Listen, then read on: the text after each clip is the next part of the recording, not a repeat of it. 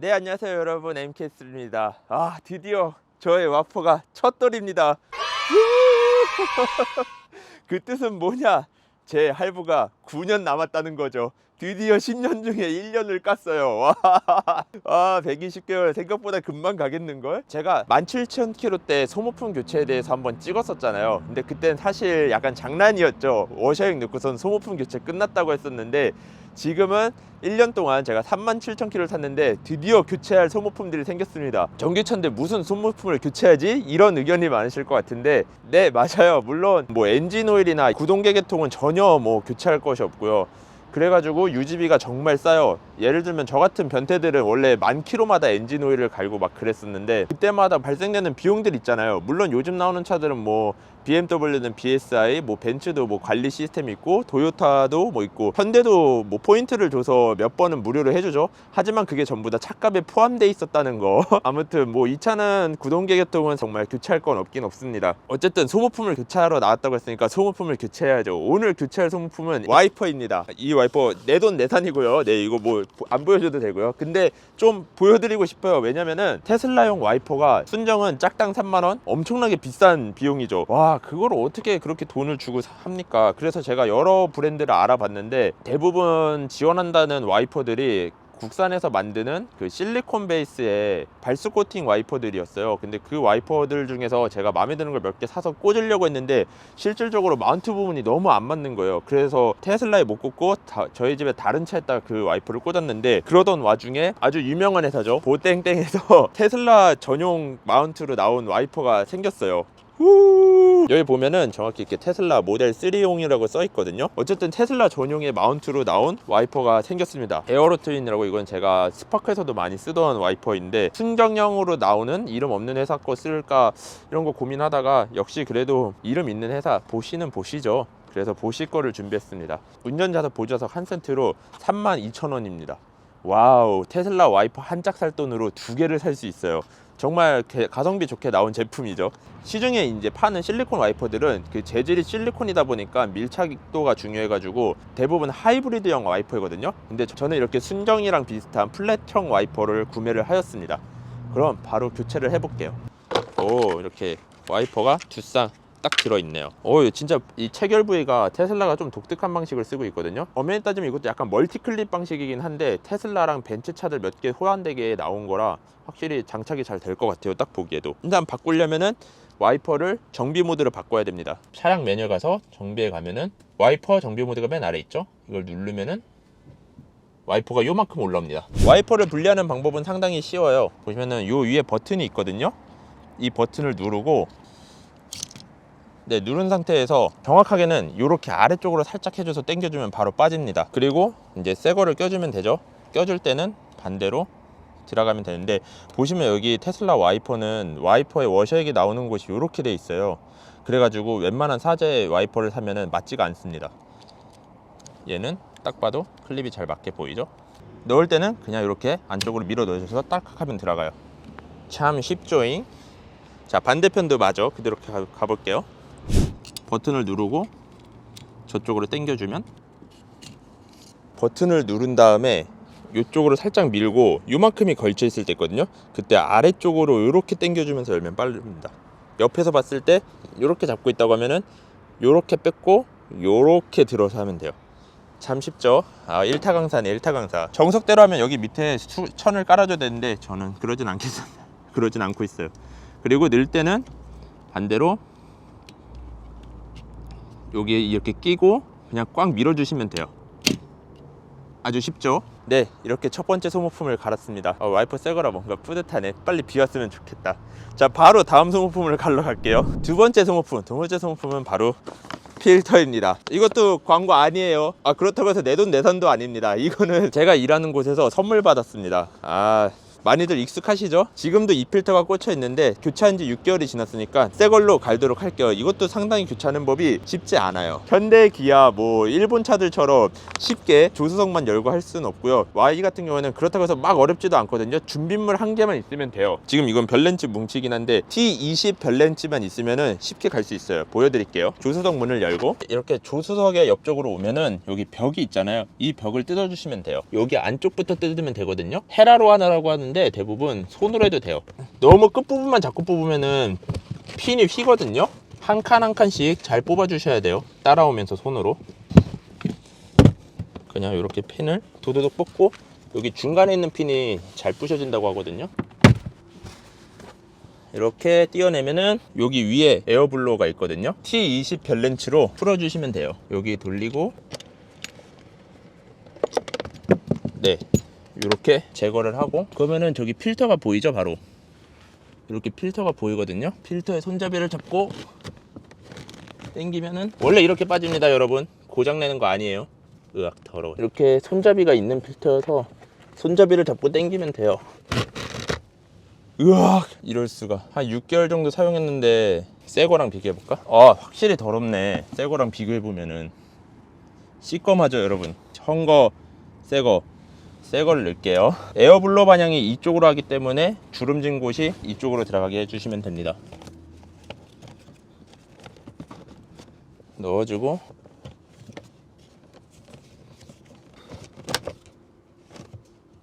네, 이렇게 넣어주면은 뚜껑만 닫아주면, 네, 나사를 조여주면 끝입니다. 여기 병만 이제 잠궈주면 돼요. 끝에서부터 잠궈주면 쉬워요. 네, 이렇게 끼면 됩니다. 네, 여러분, 이렇게 소모품 2개를 교체했습니다. 끝이에요. 와, 1년 동안 37,000km 타면서 소모품 교체 이거 2개 달랑 끝. 와, 엄청나지 않습니까, 여러분? 야, 정말 대단하죠. 유지비가 너무 싸요. 제가 충전료도 한 달에 3,000km 타는데 8만원씩 밖에 안 났거든요. 그것도 집밥만 먹여서 그렇게 싸게 나온 게 아니라 이용 요금의 절반은 슈퍼차저였어요. 슈퍼차저 자체도 많이 싼 거죠, 일반적인 전기차 충전기에 비해서는. 그리고 지금 무엇보다 중요한 거, 1년 동안 차가 정말 많이 변했습니다. 무엇이 변했는지 한번 몇 가지 읊어드릴게요. 저도 다 기억 못하거든요. 자, 일단은 하드웨어적으로는 라이트가 살아났어요. 이게 뭔 말이냐면은 그 당시에 출고할 때는 롱레인지는 일반 할로겐 전구였고, 제 차 같은 경우는 LED 매트릭스 라이트였거든요. 근데 그 기능이 특별히 활성화된 게 없었어요. 하지만 OTA로 라이트 쇼를 넣어주고 LED 라이트가 활성화가 됐고요. 지금은 능동형 하이빔이 안 되긴 하지만 앞으로 또 OTA로 능동형 하이빔도 돼서 원하는 곳만 비춰주는 그런 기능이 들어올 것 같습니다. 그리고 하드웨어적으로 변한 건 없습니다. 당연하죠. 출고 당시에 그 차인데 이 정도 발전한 것도 엄청나긴 하죠. 하지만 소프트웨어적으로 정말 많이 바뀌었어요. 소프트웨어적으로 바뀐 걸 보려면은 차 안에 들어가서 보여드리도록 할게요. 차 안으로 이동하시죠. 쓰레기는 잘 가져가야죠, 여러분. 주섬주섬 네, 차 안으로 갈게요. 네, 여러분, 이렇게 차 안으로 들어왔습니다. 테슬라 하면 OTA죠. 얼마나 많은 것이 보였는지 한번 보여드릴게요. 일단 그냥 모니터부터 보시죠. UX UI 디자인이 바뀌었어요. 처음과 다르게 밑에 이렇게 아이콘 바가 생겼고, 보시면은 여기에 길게 눌러서 스마트폰처럼 끌어올 수도 있어요. 너무 좋죠. 오우씨, 이런 것도 있었네. 와이퍼랑 열선. 나도 몰랐던 게 또 추가됐네. 처음에는 요 아이콘들만 추가할 수 있게 돼 있었거든요. 근데 이 위에 또 뭐가 생겼어요. 와, 진짜 알게 모르게 막 생기네. 정말 스마트폰 같죠? 그리고 주행 중으로 바뀌면은 이 UX UI도 바뀌었어요. 차가 훨씬 더 커졌고 주변의 차들도 더 크게 보이게 바뀌었습니다. 너무 좋죠? 또 하나 업그레이드 된 게 이렇게 차량 색깔을 바꿔줄 수 있어요. 이렇게 바꾸면은 이렇게 차량 색깔이 반영돼서 보입니다. 너무 멋있죠? 주차장으로 딱 바뀌죠. 멋있지 않습니까? 아, 이렇게 라이트 쇼도 들어왔고 컬러라이저 들어왔고, 저는 이제 차 안에서 게임도 하잖아요. 보면은 아케이드에 가면은 게임도 더 많이 들어왔어요. 소닉도 들어오고. 네, 그 외에도 지금 세차 모드도 생겼고요. 릴리즈 요트를 보면은 최신 거밖에 안 보이긴 하지만, 네, 디즈니 플러스도 들어왔고요.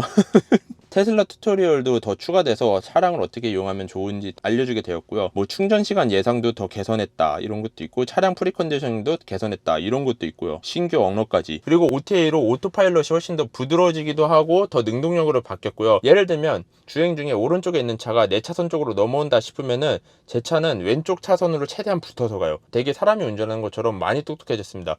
그리고 더 좋아진 점은 최대한 브레이크를 밟을 때 회생제동을 사용하게 바뀌었어요. 주행거리를 더 늘려주는 그런 OTA도 있었고요. 캠핑 모드를 무조건 이 앞에서 틀어줬어야 됐거든요. 물론 앞에서 틀고 나면은 이 어플로 온도 조절까지는 됐었어요. 그래도 그 앞에서 트는 게 너무 불편하다 이렇게 생각했었는데, 이제는 뒷자리에 누워서도 캠핑 모드를 킬 수 있게 앱도 같이 업그레이드 됐습니다. 이렇게 실내 온도에 가면은 캠핑 모드, 차량성의 제거, 애견 모드까지 여기서 제어할 수 있게 변했어요.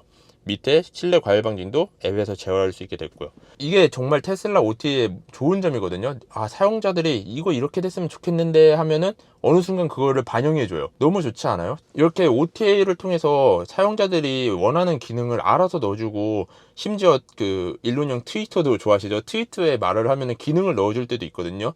2 weeks 이러면서 일론의 타임이라고 2weeks라고 하면은 약간 한 4주 5주 정도 되는 거긴 한데, 아무튼 그렇게 반영해서 넣어주니까 차가 사용자와 함께 약간 발전을 하는 느낌? 그러니까 테슬라 오너들이 테슬라에 열광할 수밖에 없는 것 같아요.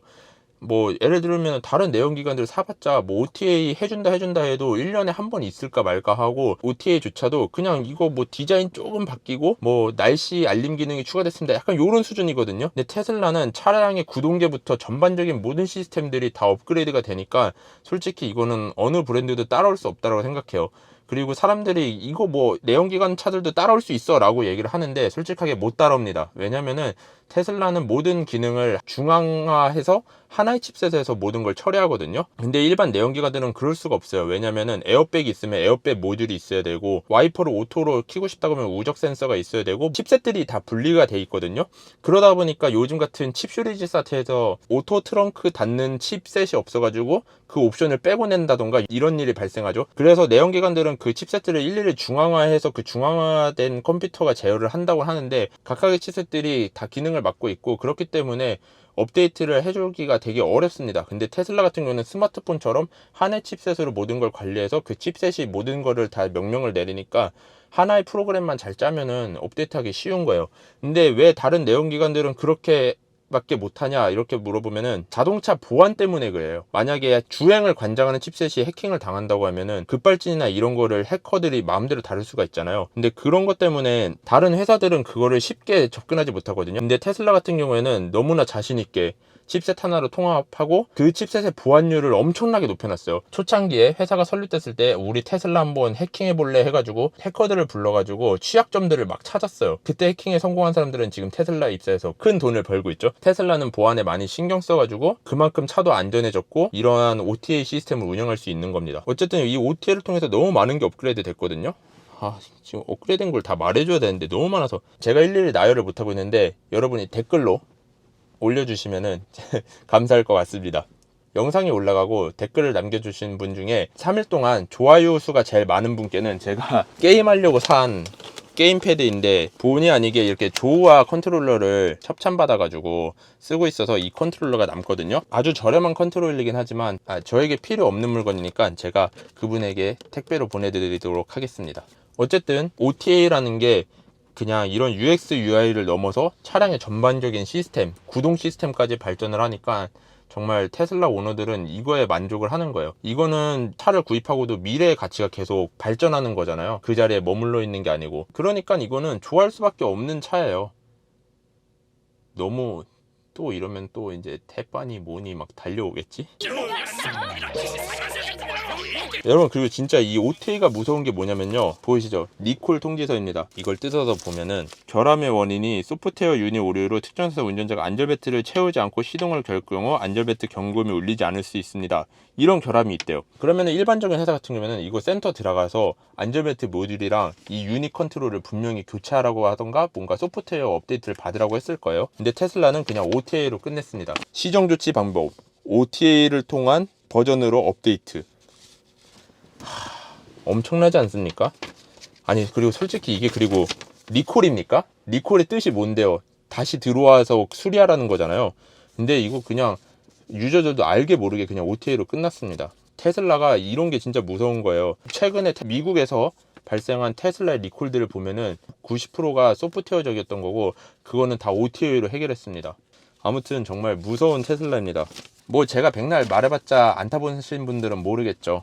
타보시는 걸 제일 추천드리고요. 어쨌든 제가 1년 동안 이렇게 타면서 소모품 딸랑 2개 교환했고, 와, 진짜 내연기관이었으면 엔진 오일값만 얼마 깨졌을까? 전기차의 유지비가 진짜 저렴하게 느낀 게 이게 제로백 3.7초의 차잖아요. 그런 차들이라면은 뭐 페라리나 포르쉐 이런 급으로 가야 되는데, 그런 슈퍼카들 엔진 오일 한번 가는데 못해도 100만원 깨질 거예요. 근데 얘는 엔진 오일 교체 비용이 전혀 안 들어요. 그렇게 고성능 차인데도 정말 유지비가 저렴한 거죠. 요즘 같은 고유가 시대에 저는 7,000원이면은 450km를 가고요. 제가 타는 스파크 같은 경우에도 요즘 같은 기름값이면은 75,000원 내야지 풀충이 되고요. 그렇게 돼봤자 450km 정도 타거든요. 와, 이게 등치는 훨씬 크고 성능도 훨씬 빠른 고성능 차인데 너무 좋죠. 엄청나게 유지비가 저렴합니다. 네, 여러분 좀 시간이 지났습니다. 이렇게 낮에 다시 카메라를 켰는데요. 그 이유는 배터리 열화도를 알아보기 위해서 켰어요. 지금 이렇게 저희 집에서 열심히 충전을 먹고 있죠.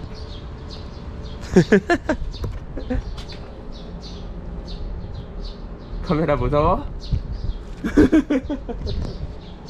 네, 어쨌든 저는 이렇게 집에서 집밥을 먹이는 유저입니다.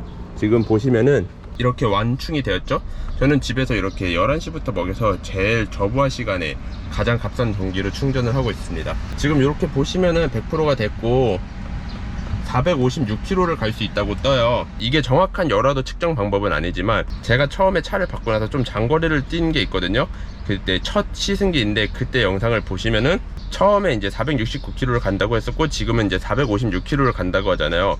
1년 사이에 13km가 빠졌어요. 요거를 계산해 보면은 열화도가 2.8%입니다. 1년 동안 2.8% 엄청 적죠. 제가 슈퍼차저도 엄청 자주 이용하고 0%부터 100%까지 충전도 많이 하는 오너인데 생각보다 열화도가 적어서 지금 관리가 잘 되고 있는 것 같아요. 그리고 지금 1년 동안 타면서 또 하나 제일 변한 점은 프리미엄 커넥티비티 1년 무상 제공이 끝났어요. 그래가지고 저는 이렇게 구독을 했거든요. 구독도 어플로 바로 구매할 수 있어서 기존에 등록했던 카드로 바로 결제가 되었고 이제 1년 동안 한 달에 7,200원이라는 돈을 내서 통신을 해야 되지만 그래도 그 통신 기능이 없으면은 내비게이션 위성 지도도 안 되고요. 차랑 이제 어플 연결도 따로 인터넷을 써서 하던가 해야 되거든요. 물론 여기 와이파이 에그 같은 걸 놔가지고선 쓸 수는 있지만 그런 불편함을 최소화하기 위해 저는 그냥 구독을 결제를 했습니다. 뭐 되게 좋은 차들이 많은데 AS 충전 문화, OTA 등 이런 전반적인 전기차 문화를 제대로 경험하고 싶으신 분들은 솔직하게 테슬라를 사는 게 더 좋을 것 같기는 해요. 뭐 승차감이나 이런 거는 더 좋은 차들도 많으니까 그쪽 방면을 더 원하시는 분들은 다른 차를 사는 것도 추천도 드리고요. 세상에 완벽한 차는 없거든요. 하지만 자기가 만족할 수 있는 차는 있기 때문에 자기가 만족할 수 있는 차로 타는 게 좋은 것 같습니다. 일단 저는 고유가 시대에 저렴하게 이렇게 고성능 차를 탄다는 점에서 만족하고 타고 있고요. 1년 동안 잘 탔고 앞으로도 잘 타면서 좋은 컨텐츠로 많이 찾아뵙겠습니다. 그럼 여기서 인사드릴게요. 안녕.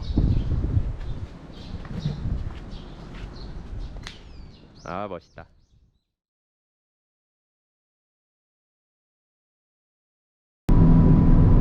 앞차가 비켜졌으니 한번 다시 내려보겠습니다.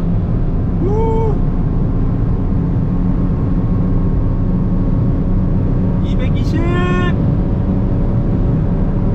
225 이 차의 최고속을 찍자마자 브레이크를 밟았어요. 아쉽다.